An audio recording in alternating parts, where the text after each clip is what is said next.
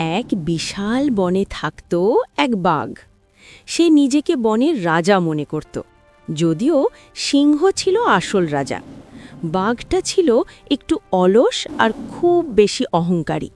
সে প্রতিদিন বনের মাঝখানে দাঁড়িয়ে জোরে একটা হুঙ্কার দিত, হালুম, এই বনে আমার চেয়ে শক্তিশালী আর কে আছে?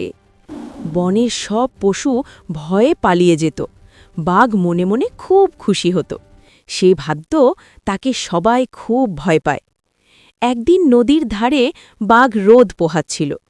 ঠিক তখনই সেখানে এক ছোট্ট ব্যাঙ লাফাতে লাফাতে এলো। ব্যাঙটা ছিল খুব সাহসী আর বুদ্ধিমান। সে বাঘের নাকের ডগায় গিয়ে বসল। বাঘ রেগে গিয়ে বলল, তোর এত সাহস? তুই জানিস আমি কে? আমি এই বনের মহারাজ।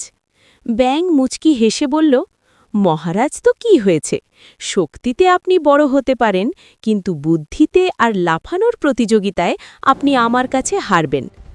বাঘ তো হেসেই অস্থির। সে বলল, ঠিক আছে, তাহলে একটা প্রতিযোগিতা হোক। ওই যে বড় নালাটা দেখছ, যে আগে লাফ দিয়ে ওটা পার হতে পারবে সেই হবে বনের আসল বীর। ব্যাঙ বলল, ঠিক আছে মহারাজ, তবে আপনি আগে লাফ দেবেন, আমি আপনার পেছনে থাকব। বাঘ যখন লাফ দেওয়ার জন্য তৈরি হচ্ছিল, ব্যাঙ তখন এক বুদ্ধি করল।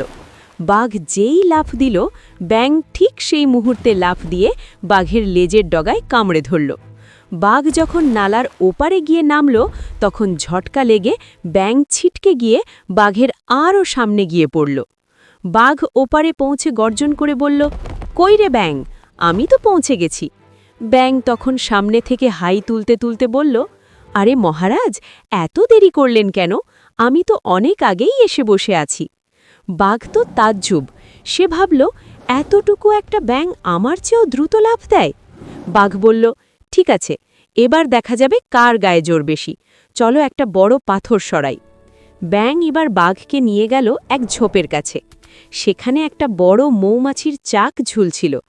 ব্যাঙ বলল, মহারাজ, এই যে গোল বস্তুটা দেখছেন, এটা হলো বনের জাদুর ঢোল। আমি এটাতে লাথি মারলে গান বাজে। আপনি কি পারবেন এটাতে এক থাবড়া মারতে?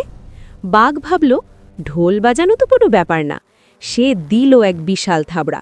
অমনি হাজার হাজার মৌমাছি বেরিয়ে এসে বাঘকে ঘিরে ধরল। বাঘের নাকে, কানে, পিঠে হুল ফোটাতে শুরু করল। বাঘ বাপরে, মারে বলে দৌড়ে নদীর জলে ঝাঁপ দিল।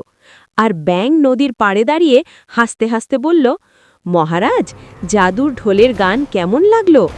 বাঘ নদীর নিচ থেকে নাক বের করে বলল, বাপরে ব্যাঙ, তুমিই বনের আসল রাজা। আমি আর কোনোদিন অহংকার করব না।